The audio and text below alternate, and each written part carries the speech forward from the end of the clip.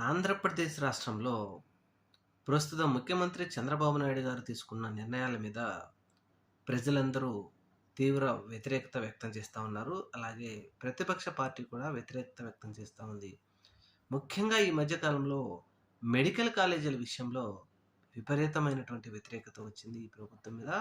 అనేక మంది ప్రజలు, వైఎస్ఆర్‌సీపీ పార్టీ వారు, అలాగే జడా శ్రవణ్ కుమార్ లాంటి వాళ్ళు కూడా అందరూ కలిసి ఈ ప్రభుత్వం మీద తీవ్ర విమర్శలు చేస్తా ఉన్నారు. ప్రభుత్వ మెడికల్ కాలేజీలని ప్రైవేటు పరం ఎలా చేస్తారని. అయితే ఇక్కడ ఈ విషయాన్ని కొద్దిగా పక్కన పెడితే, కమ్యూనిస్టు భావజాలం ఉన్నటువంటి పార్టీలను విపరీతంగా చర్చిస్తా ఉన్నారు.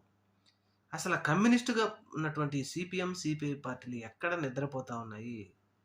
ప్రజల తరపున ఈ మెడికల్ కాలేజీలను ప్రైవేట్ పరం చేయొద్దు అని చంద్రబాబు నాయుడు గారి మీద ధర్నాకో, లేకపోతే ఇంకోటో చేయకుండా, రాష్ట్రంలో ఆ దిశగా ముందుకెళ్తున్న వారికి సపోర్ట్ కూడా ఇయ్యకుండా, ఏ గూటిలో దాక్కున్నారు సీపీఎం, సిపిఐ పార్టీ నాయకులంటూ ఇప్పుడు నెటిజన్లు ప్రశ్నిస్తా ఉన్నారు.